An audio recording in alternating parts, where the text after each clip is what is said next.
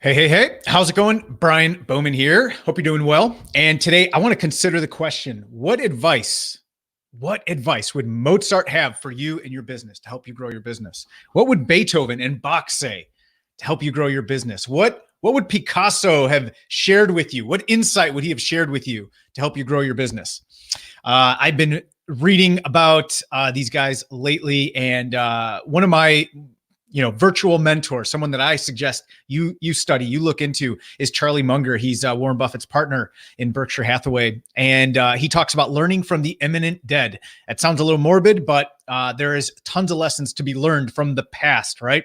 It's one of the reasons I love reading biographies. So these great people who've been before us, we can learn so much from them. So if we were to get advice from Mozart, what would he have said? So I have no idea, to be honest. I have no idea what advice he would have given you. But if we look at what they did, what Mozart and Beethoven and Bach and Picasso did, what could we learn from them that could be applied? And I think there's a huge lesson here. There's two huge takeaways I want to share with you.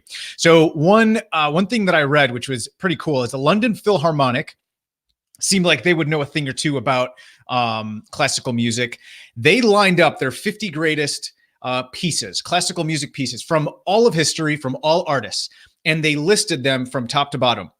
Of those 50, Mozart had 6 of them, Beethoven had 5, and Bach had 3. Okay, of the 50 greatest pieces ever composed. But do you have any idea how many pieces Mozart created? And he actually passed pretty early. I mean, he died pretty early. Do you have any idea how many pieces he created?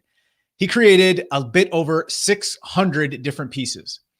Beethoven created over 650, and Bach, we think of Bach as like one of the greatest, right?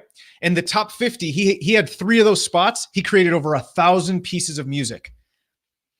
You look at Picasso. Picasso has thousands of different sculptures and tapestries and rugs and all these things he created. He had over 12,000 drawings that he painted. Yet only a handful are considered, magnificent and received all the acclaim. So, we've heard stories about Edison, right? All the different patents that he filed, and whether he filed them or his room full of assistants. I read about how we have this idea of Edison kind of being this mad scientist working in a lab by himself, and it was that's actually very far from the truth. He actually had a team of engineers and a team of inventors, and he was more of a CEO than anything, and they were cranking out patents like crazy, and he was filing these things. I mean, he had hundreds of patents that he had filed to get, the 2 or 3 that we really know him for. So there's 2 critical insights here. One is pretty obvious, I think, which is action, and not just action, but massive, massive action. These are the greats. These are the people we consider the geniuses, right? That they were inspired by some other thing that, Mozart at 3 years old is composing pieces. And, we think of them as the greats, prodigies. And here, look at how much they had to compose to be differentiated, to be considered one of the greats, right? And to have those pieces that go down in history. Picasso, again, greatest artist. Think of how much he had to produce. And this is universally what we find is when we study the greatest, quote unquote, most creative people, one thing that separates them from everyone else isn't quality in everything they do. It's just sheer quantity. It is cranking out content until those 1 or 2 hit. Okay. So that's the big takeaway, number 1. And this is the advice that from their experience, I would like to think they would have given me and you, that Mozart and Beethoven and Bach and Picasso and Edison and all these greats would have given us. This is the advice. Stop worrying about quality every time. Focus on quantity. Take massive action and just crank it out and just get after it. I can tell you in my business, there was a period where I wanted there was this perfectionism, right? And as I started to let go of that, as I started to look around me, around my new peers, because I was always reaching up. When I made the decision that I was going to go full time into entrepreneurship and was going to leave my day job, I started reaching up wherever I could. And if I had to pay to get my way in, I did. But I wanted to surround myself with people who were doing it, they were they were manifesting the things I wanted in my life. And I paid attention. I took notes and I studied. And I can tell you universally, they all took massive action.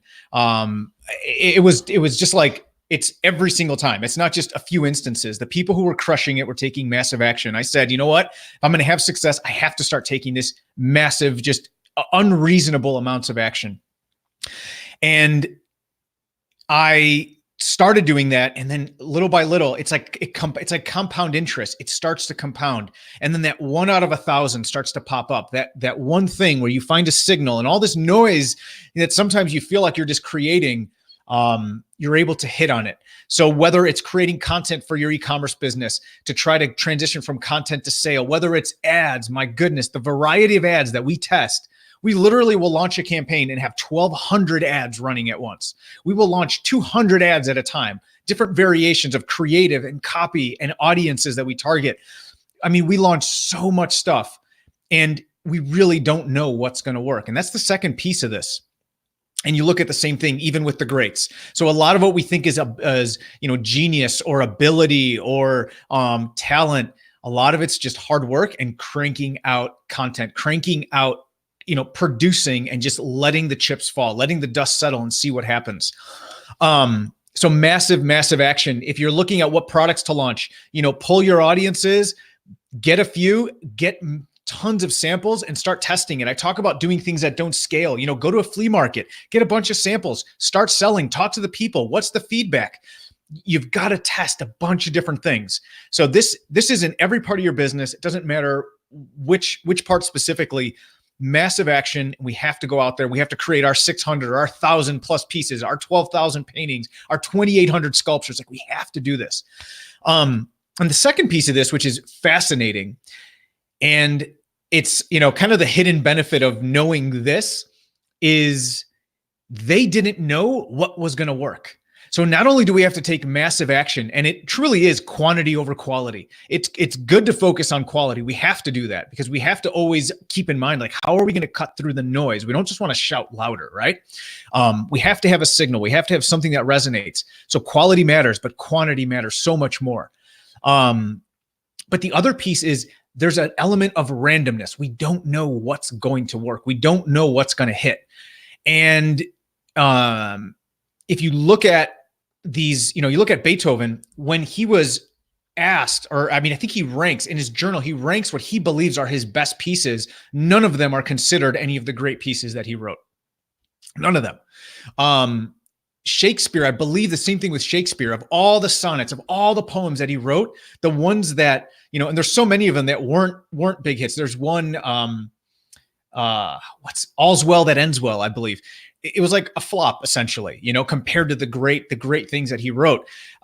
He would have ranked his pieces in different order of greatness. So the whole point is, even at the moment, while it's happening, while these geniuses are creating these things that are going to change history and leave an indelible mark, even while they're doing it, they didn't know which were the pieces that were going to be great, which were the things that they were going to create that were going to be great.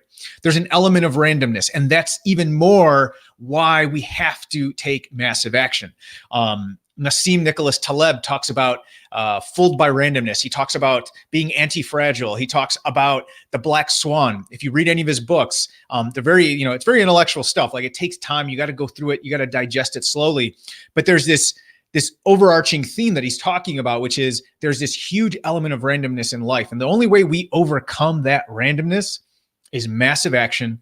Obviously, we want to get as close to the starting block as possible. So there is benefit in educating ourselves, in investing in ourselves, in surrounding ourselves with the right people, with having the right influences, with listening to hopefully things like this that get you centered in the right direction so that you're moving with momentum in the right direction. But still, at the end of the day, moving. Like, there has to be massive action. And knowing that there's a huge element of randomness involved, and we're just not going to know, even while we're producing it, that this is the thing. Look at the Segway.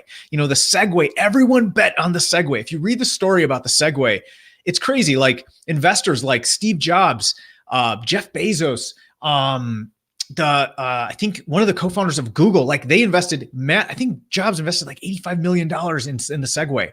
And the guy who invented the Segway, he had this crazy track record of success, like massive success. I mean, the guy was a multimillionaire. He had a team of engineers working on different things, kind of like an Edison type situation, right? And this thing was supposed to change the world. It was supposed to sell 10,000 units a week. The thing sold, I think, 50,000 the first 6 months.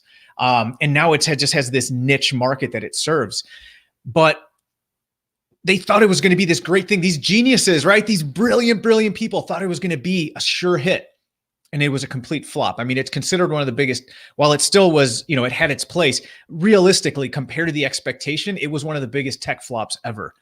So it just goes to show that we don't know what's going to really take off, what's going to hit. Anyone who's had a viral video will tell you, like, when the thing hit, bam, it just hit. A viral post, a viral product. I can tell you with us, our first product line, we just kind of randomly stumbled on a product about our third or fourth product in, and it just took off. Like, we could not believe it. You just don't know what it's going to be. So massive action, obviously with quality, that matters. But once you get aligned with some degree of quality, which, by the way, nowadays is not that hard to do because so many people are kind of firing from the hip randomly. They're not taking, intelligent, purposeful action, being intentional, right? That's where the quality is, being intentional about what you're doing, not just putting out 500 pieces of crap, variations out there, but following your 5 propositions, following your 4 intangibles of value creation, following, understanding your points of differentiation in the market, understanding social proof, like all the things that we talk about, you align that. But now, after you have that aligned, you've taken yourself closer to the finish line, right? Because your starting block is now so much further ahead. But now that you're there, now it's just massive, massive action, and you go and you go and you go. And even in the moment of creating it, you don't even know what's going to hit. And that's kind of the beauty of it, and that's the thing that gives you that thrill. Because when it hits, man, it takes off and it feels amazing. So take that lesson. I know for me, this is such a huge thing that I remind myself of is learn from these guys, from the eminent dead, right? Learn the lessons from the greats, take massive action, and know that there's just so much randomness. I don't know what's going to hit, but I know one of them will, because I'm going to keep going and going and going until it does. So go ahead, go take massive action, and let your hit come out all on its own, because you combined quality and quantity and just got after it. So have an amazing, amazing rest of your day. Appreciate you. Bye.